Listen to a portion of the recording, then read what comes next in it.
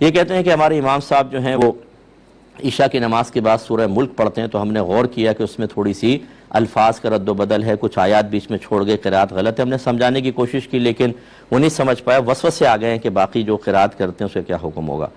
دیکھیں، پہلی بات تو یہ کہ یہ جو ہمارے یہاں اجتماعی طور پہ سورہ ملک پڑھنے کا ایک رواج قائم ہو گیا ہے، اس سے ہمیں فضیلت حاصل وہ والی نہیں ہوگی جو حدیث میں بیان کی گئی ہے۔ نبی کریم صلی اللہ علیہ وسلم نے پڑھنے کے اوپر یہ انعام بیان کیا، سننے کے اوپر نہیں ہے، ٹھیک ہے۔ اور یہ چونکہ مطلب افعال شرعیہ ہیں، افعال شرعیہ انہیں کہتے ہیں کہ جن کا تعارف اللہ کے نبی پیش کرتے ہیں، ہم قیاساً عقلاً اس کا فیصلہ نہیں کر سکتے ہیں، لہٰذا میرا مشورہ آپ کو یہی ہوگا کہ آپ عشاء کی نماز کے بعد اپنی سورہ ملک علیحدہ پڑھیں۔ یہ نہ کریں کہ ایک پڑھ لیں اجتماعی طور پہ، اس کو پڑھنے فضیلت ملے گی، آپ کو بحکم حدیث تو نہیں مل سکتی، کیونکہ حدیث میں پڑھنے کا ذکر ہے، سننے کا ذکر نہیں ہے۔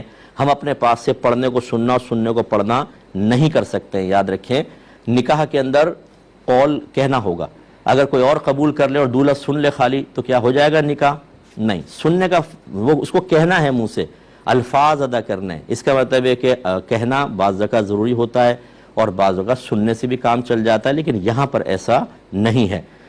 تو دوسری بات جو غلطی کی ہے اس پہ میں کلام کرتا ہوں لیکن ایک مختصر سے بریک کے بعد۔ بسم اللہ الرحمن الرحیم۔ دوسرا جو آپ نے فرمایا کہ کچھ ہمیں الفاظ کی غلطی نظر آئی، تو وہ سورہ ملک کے اندر نظر آئی۔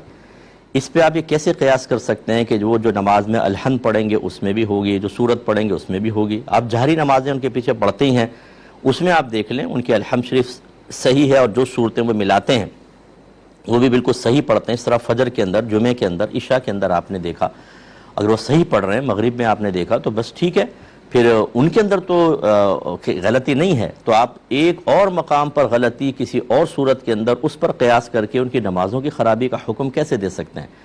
ہاں، اگر آپ کو مستقل بنیادوں پہ کوئی خرابی نظر آئی ہے وہ ایک الگ بات ہے، یعنی عام نمازوں کے اندر بھی وہ ایک الگ بات ہے، لیکن آپ نے اس کا ذکر نہیں کیا۔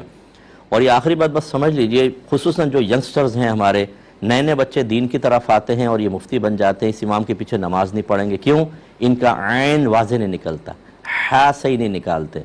میرے بچوں اچھی طرح یاد رکھیں کہ امام کے لیے صحیح مخارج کے ساتھ الفاظ کو ادا کرنا واجب ہے، آپ کو صحیح سنانا واجب نہیں ہے، ورنہ آپ ثابت کریں ذرا۔ میں نے خود کتنے بالغان کو مدرسہ پڑھایا ہے، وہ ان کو کہتے ہیں عین نکالیں، عین، عین بولو، عین، ان کا عین نکلتا ہی نہیں ہے، لیکن جب وہ پڑھ رہے ہیں تو نستعین، وہ ایسے عین نستعین یوں کریں گے، ہمیں عین نہیں سن رہا لیکن وہ صحیح مقام سے نکال رہے ہیں۔ صحیح مقام سے نکالنا واجب تھا، نہ یہ کہ آپ کو سنانا بھی واجب۔ اب بیچارے کے تلفظ زبان پہ نہیں چڑھ رہا تو پھر اس کا مطلب وہ تو نماز نہیں پڑھا سکتا۔